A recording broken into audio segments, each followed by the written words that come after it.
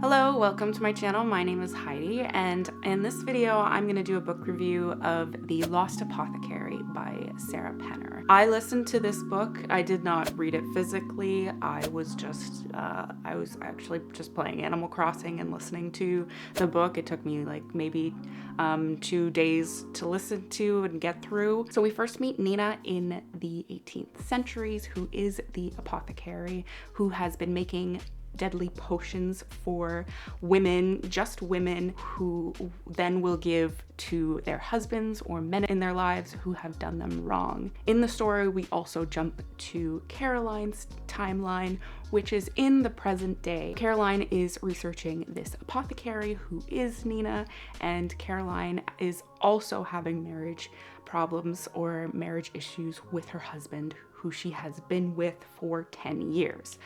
So that is the premise of the story. The timeline jumps from the 18th century to the present day of Caroline, back and forth throughout the novel.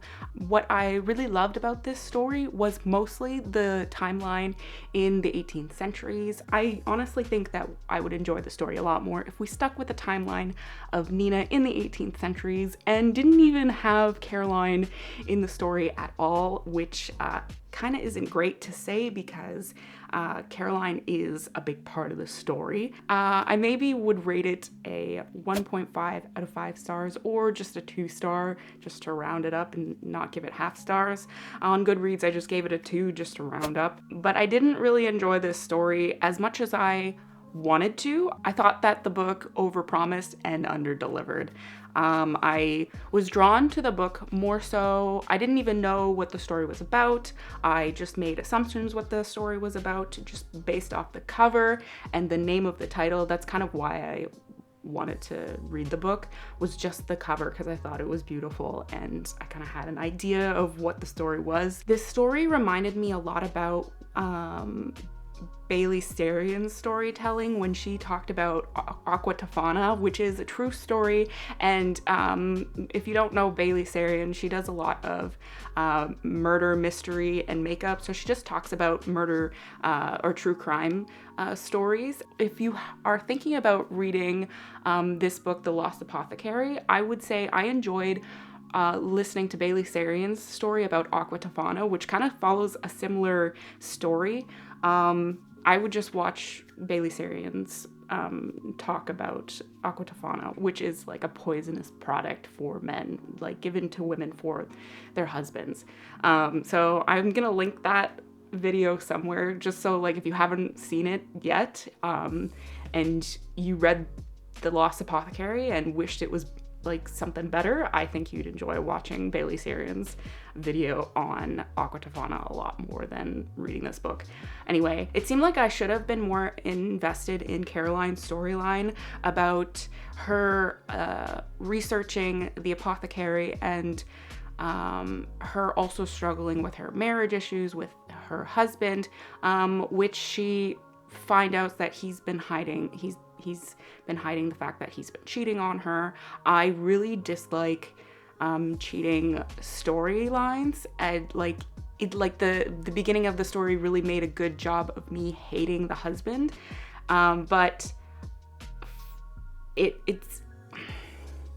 I truly didn't care for that story plot. I wish there was more to the story, and it really seemed like the character of Caroline and her husband James were very unbelievable. They didn't react like normal humans would act, or they didn't do things. It just seemed unrealistic, the way Caroline and James were perceived as in the story, and I really disliked it.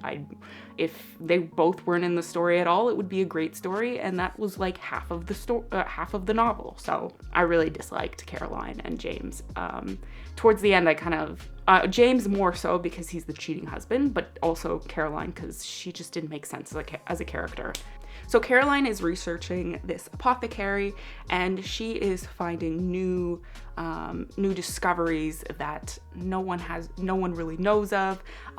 Caroline discovers evidence, and she discovers new information, and throughout the story, she keeps this information hidden for herself, as if it's a secret, and she compares it to the same secret her husband kept to her about cheating, which doesn't make sense to me at all. Like, I think keeping a secret of you cheating on someone is a lot worse than keeping a secret of new discoveries of a, like, an ancient apothecary. Like, it doesn't make sense to me, as if she's just as wrong to keep secrets like that to her husband, which her husband probably doesn't care about at all.